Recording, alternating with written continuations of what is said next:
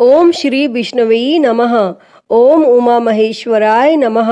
प्रिय भक्तजनों, आप सभी को शरद पूर्णिमा की ढेरों शुभकामनाएं। प्रिय भक्तजनों, पूर्णिमा का दिन भगवान श्री हरि नारायण और माता लक्ष्मी को समर्पित होता है। हमारे शास्त्रों में बताया गया है कि श्री सत्यनारायण व्रत कथा का पाठ करने से व्यक्ति को 1000 यज्ञ करने के बराबर पुण्य फल की प्राप्ति होती है।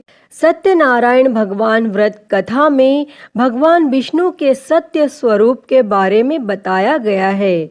इस व्रत का पाठ करने से घर में सुख समृद्धि का वास होता है और भगवान विष्णु की कृपा हमेशा बनी रहती है। प्रिय भक्तों, हमारे शास्त्रों के अनुसार हर महीने पड़ने वाली पूर्णिमा के दिन श्री सत्यनारायण भगवान की कथा सुनना या अपने घर में श्री सत्यनारायण भगवान की पूजा करवाना बहुत ही शुभ माना जाता है। इससे भगवान श्री हरि विष्णु और माता लक्ष्मी की कृपा सदैव सभी पर बनी रहती है। तो आज हम इस पूर्णिमा के अवसर पर श्री सत्यनारायण भगवान की संपूर्ण व्रत कथा सुनेंगे। तो आप सभी भक्तजन बड़ी ही श्रद्धा, ध्यान पूर्वक और प्रसन्न चित्त मन से भगवान श्री हरि विष्णु जी के कमल चरणों का ध्यान करते हुए इस कथा को सुनिए। तो सभी प्रेम से बोलिए, श्री सत्यनारायण भगवान की जय, सर्व देवी देवता की जय। एक बार नैमिषारण्य में तपस्या करते हुए शौनकादिक ऋषियों ने सूत जी से पूछा कि जिसके करने से मनुष्य मनोवांछित फल प्राप्त कर सकता है, ऐसा व्रत या तप कौन सा है। तब सूत जी ने कहा कि एक बार श्री नारद जी ने भी श्री विष्णु भगवान से ऐसा ही प्रश्न किया था। तब श्री विष्णु भगवान ने उनके सामने जिस व्रत का वर्णन किया था वही मैं आपसे कहता हूँ। प्राचीन काल में काशीपुरी में एक अति निर्धन और दरिद्र ब्राह्मण रहता था।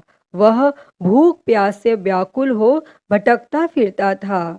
एक दिन उसकी दशा से व्यतीत होकर विष्णु भगवान ने बूढ़े ब्राह्मण के रूप में प्रकट होकर ब्राह्मण को सत्यनारायण व्रत का विस्तार पूर्वक विधान बतलाया और अंतर ध्यान हो गए। तब ब्राह्मण अपने मन में श्री सत्यनारायण व्रत को करने का निश्चय करके घर लौट आया और इसी चिंता में उसे रात भर नींद नहीं आई और सवेरा होते ही वह सत्यनारायण के व्रत का संकल्प करके भिक्षा मांगने के लिए चल दिया और उस दिन उसे थोड़े ही परिश्रम में बहुत अधिक धन धान्य भिक्षा में प्राप्त हुआ और सायंकाल घर पहुंचकर उसने बड़ी श्रद्धा के साथ श्री सत्यनारायण भगवान का विधि पूर्वक पूजन किया और भगवान सत्यदेव की कृपा से वह थोड़े ही दिनों में धनवान हो गया और वह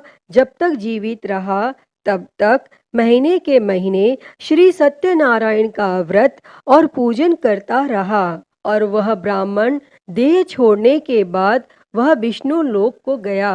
तब सूत जी पुनः बोले कि एक दिन वह ब्राह्मण अपने बंधु बांधवों के साथ बैठे ध्यान मग्न हो श्री सत्यदेव की कथा सुन रहे थे। तभी भूख प्यास से व्याकुल एक लकड़हारा वहां जा पहुंचा और वह भी भूख प्यास भूलकर कथा सुनने बैठ गया और कथा की समाप्ति पर उसने प्रसाद ग्रहण किया और जल पिया। फिर उसने ब्राह्मण से इस कथा के बारे में पूछा तो उसने बताया कि यह सत्यनारायण जी का व्रत है जो मनोवांछित फल देने वाला है। पहले मैं बहुत दरिद्र था और इस व्रत के प्रभाव से ही मुझे यह सब वैभव प्राप्त हुआ है। तब यह सुनकर लकड़हारा बहुत प्रसन्न हुआ और मन ही मन श्री सत्यनारायण के व्रत और पूजन का निश्चय करता हुआ लकड़ी बेचने के लिए बाजार की ओर चल पड़ा और उस दिन लकड़हारे को लकड़ियों का दुगना दाम मिला और उन्हीं पैसों से उसने केले, दूध, दही आदि पूजन की तमाम सामग्री खरीद ली और घर चला गया। और घर पहुंचकर उसने अपने कुटुंबियों और पड़ोसियों को बुलाकर विधि पूर्वक सत्यनारायण का पूजन किया। और सत्यनारायण की कृपा से वह थोड़े ही दिनों में संपन्न हो गया। तब सूत जी ने फिर कहा कि प्राचीन काल में उल्का मुख नाम का एक राजा था। वह और उसकी रानी दोनों बड़े धर्मनिष्ठ थे।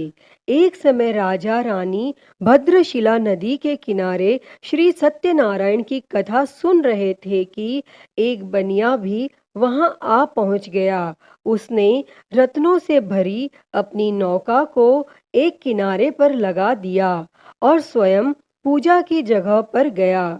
और वहां का चमत्कार देख उसने राजा से इसके बारे में पूछा। तब राजा ने बताया कि हम विष्णु भगवान का पूजन कर रहे हैं और यह व्रत सभी मनोकामनाएं पूर्ण करने वाला है। तब राजा के ऐसे वचन सुन और प्रसाद पा बनिया अपने घर चला गया। और घर पहुंचकर उसने अपनी पत्नी से व्रत का सब वृत्तांत कहा और संकल्प किया कि मैं भी संतान होने पर यह व्रत करूंगा। और उसकी पत्नी का नाम लीलावती था। और सत्यदेव की कृपा से वह कुछ ही दिनों बाद गर्भवती हो गई। और 10 महीने पूरे होने पर उसने एक कन्या को जन्म दिया। कन्या का नाम कलावती रखा गया और वह चंद्रमा की कलाओं के समान नित्य प्रति बढ़ने लगी। एक दिन अवसर पाकर लीलावती ने अपने पति को सत्यदेव का व्रत करने की बात याद दिलाई। तो उसने कहा कि मैं यह व्रत कन्या के विवाह के समय करूंगा। और यह कहकर बनिया अपने कारोबार में लग गया। और जब उसकी कन्या विवाह के योग्य हो गई तो उसने दूतों द्वारा खोज कराकर कंचनपुर नगर के एक बनिए के सुंदर सुशील और गुणवान बालक के साथ विवाह कर दिया। फिर भी बनिए ने सत्यनारायण का व्रत नहीं किया और इससे श्री सत्यनारायण अप्रसन्न हो गए। और कुछ दिनों बाद बनिया अपने दामाद को साथ लेकर समुद्र के किनारे रत्नसारपुर में व्यापार करने लगा।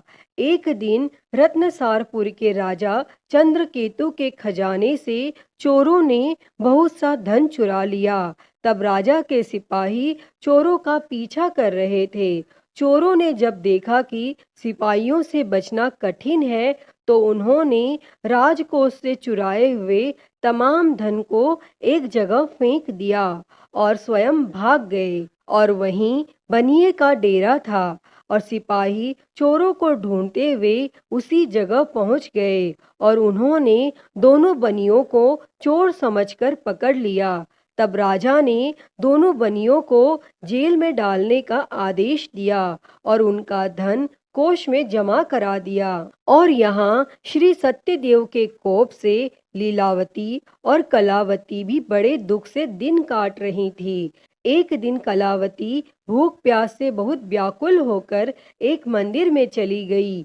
वहां श्री सत्यनारायण की कथा हो रही थी और वहीं बैठकर उसने कथा सुनी और प्रसाद लेकर रात होने पर घर पहुंची। तब माता के देरी का कारण पूछने पर उसने सब बात कह दी। उसकी बात सुनकर लीलावती को अपने पति की भूली बात याद आ गई और उसने श्री सत्यदेव के व्रत का निश्चय किया। और उसने अपने बंधु बांधवों को बुलाकर श्रद्धा पूर्वक कथा सुनी और विनम्र भाव से प्रार्थना की कि मेरे पति ने संकल्प करके जो आपका व्रत नहीं किया उसी से आप अप्रसन्न हुए थे। अब कृपा करके उसका अपराध क्षमा करें। लीलावती की प्रार्थना से श्री सत्यदेव प्रसन्न हो गए और उसी रात्रि में श्री सत्यदेव ने राजा चंद्रकेतु को स्वप्न में दर्शन देकर कहा कि प्रातः काल होते ही दोनों बनियों को जेल से छोड़ दो और उनका सभी धन उन्हें लौटा दो, वरना पुत्र और पौत्र समेत तुम्हारा राज नष्ट हो जाएगा। और इतना कहकर श्री सत्यदेव तो अंतर ध्यान हो गए और राजा ने भी सबेरा होते ही दोनों बनियों को मुक्ति का आदेश दिया और साथ ही उनका धन उन्हें लौटा दिया और बहुत सम्मान पूर्वक उन्हें विदा किया। तब दोनों बनिए आनंदित हो अपनी नौका लेकर घर की ओर चल पड़े। तभी श्री सत्यनारायण भगवान सन्यासी के वेश में उनके समीप आए और बोले कि तुम्हारी नौका में क्या है। तब बनिए ने हंसते हुए उत्तर दिया कि नौका में लता पत्रों के सिवाय और कुछ भी नहीं है। यह सुनकर दंडी स्वामी ने कहा कि तुम्हारा वचन सत्य हो। तब स्वामी के चले जाने पर बनिए ने देखा कि नौका हल्की होकर ऊपर को उठ रही है। तब उसे बड़ा कौतूहल हुआ और जैसे ही देखा कि बेहोश होकर गिर पड़ा। किंतु दामाद ने कहा कि इस प्रकार घबराने से काम नहीं चलेगा, यह सब उन्हीं स्वामी की करामात है। चलकर उनसे प्रार्थना की जाए तो फिर वैसा ही हो जाएगा। तब दामाद की बात मानकर बनिया स्वामी के पास पहुंचकर उनके चरणों में गिर पड़ा और बार बार उनसे क्षमा मांगने लगा और उनकी विनीत प्रार्थना से भगवान ने प्रसन्न होकर उसे इच्छित वरदान दिया और स्वयं उसी जगह अंतर्ध्यान हो गए। तब बनियों ने नाव के पास जाकर देखा तो वह धन रत्नों से भरपूर थी। तब उन्होंने वहीं श्री सत्यदेव का पूजन किया और कथा सुनी। फिर वह घर की ओर चल दिए और अपने नगर के समीप पहुंचकर बनिए ने लीलावती के पास अपने आने का समाचार भेजा और लीलावती उस समय श्री सत्यनारायण की कथा सुन रही थी। तब उसने अपनी पुत्री कलावती से कहा कि तुम्हारे पति और पिता आ गए हैं, मैं उनके स्वागत के लिए चलती हूँ। तुम भी प्रसाद लेकर शीघ्र ही नदी तट पर पहुँच जाना। और कलावती प्रसन्नता के कारण इतनी विमुग्ध हो गई कि वह कथा का प्रसाद लेना भी भूल गई और तुरंत ही नदी के तट की ओर दौड़ पड़ी।